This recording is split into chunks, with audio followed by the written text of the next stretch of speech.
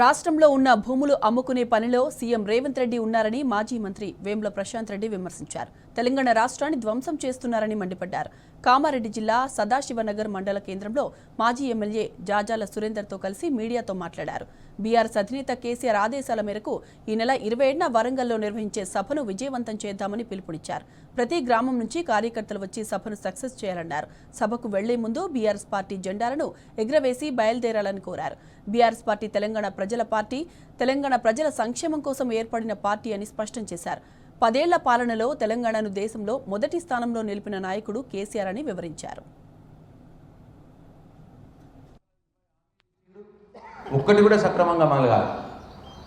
అప్పుడేమో నేను ఎక్కంగానే డిసెంబర్ 9 నాడే అన్నాడు, తర్వాత 100 రోజుల్లో అన్నాడు, అన్నీ చేసేస్తాం 100 రోజుల్లో అన్నాడు.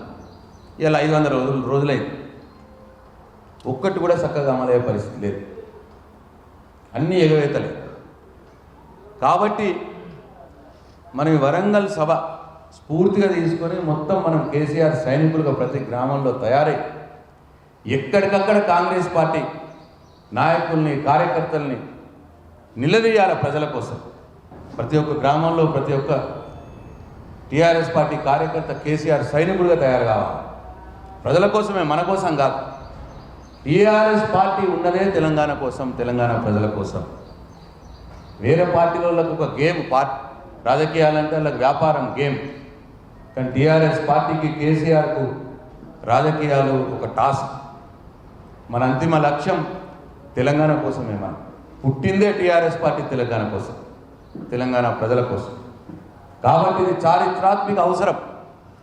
టీఆర్ఎస్ పార్టీగా, టీఆర్ఎస్ పార్టీ కార్యకర్తలుగా, కేసీఆర్ సైనికులుగా మనం ప్రజల కోసం కొట్లాడడం మన ధర్మం. ఈ 25వ సంవత్సరం మొత్తం కూడా కార్యక్రమాలు తీసుకుంటాం మనం ఈ కాంగ్రెస్ పార్టీ మీద పోరాటం చేయడానికి. అట్లనే కేంద్రంలో ఉన్న ఈ బీజేపీ ప్రభుత్వం కూడా తెలంగాణను మొత్తంగా నిర్లక్ష్యం చేసింది. మన బడ్జెట్లో చూసినాం. ఇవాళ 25వ సంవత్సరానికి అడుగు పెడతా ఉన్నాం. ఇవాళ ఈ రాష్ట్రాన్ని కేసీఆర్ మంచిగా కట్టిపెట్టినటువంటి రాష్ట్రాన్ని ధ్వంసం చేస్తున్నటువంటి ఈ కాంగ్రెస్ పార్టీకి బుద్ధి చెప్పడానికి 25వ సంవత్సరం మొత్తం కూడా మనం కార్యక్రమాలు తీసుకోబోతా ఉన్నాం. ఈ సంవత్సరం అంతా కూడా సిల్వర్ జూబ్లీ ఇయర్, రజతోత్సవ ఉత్సవాలు చేసుకుంటా ఉన్నాం. దాంట్లో మొదటిదే ఇప్పుడు బహిరంగ సభ. కాబట్టి ఈ నియోజకవర్గంలో సురేందర్ అన్న నేతృత్వంలో బ్రహ్మాండంగా ప్రతి కార్యకర్త ప్రతి గ్రామం నుంచి కథలు రావాలని చెప్పి కేసీఆర్ గారి కోరికగా మీ అందరికీ నేను విజ్ఞప్తి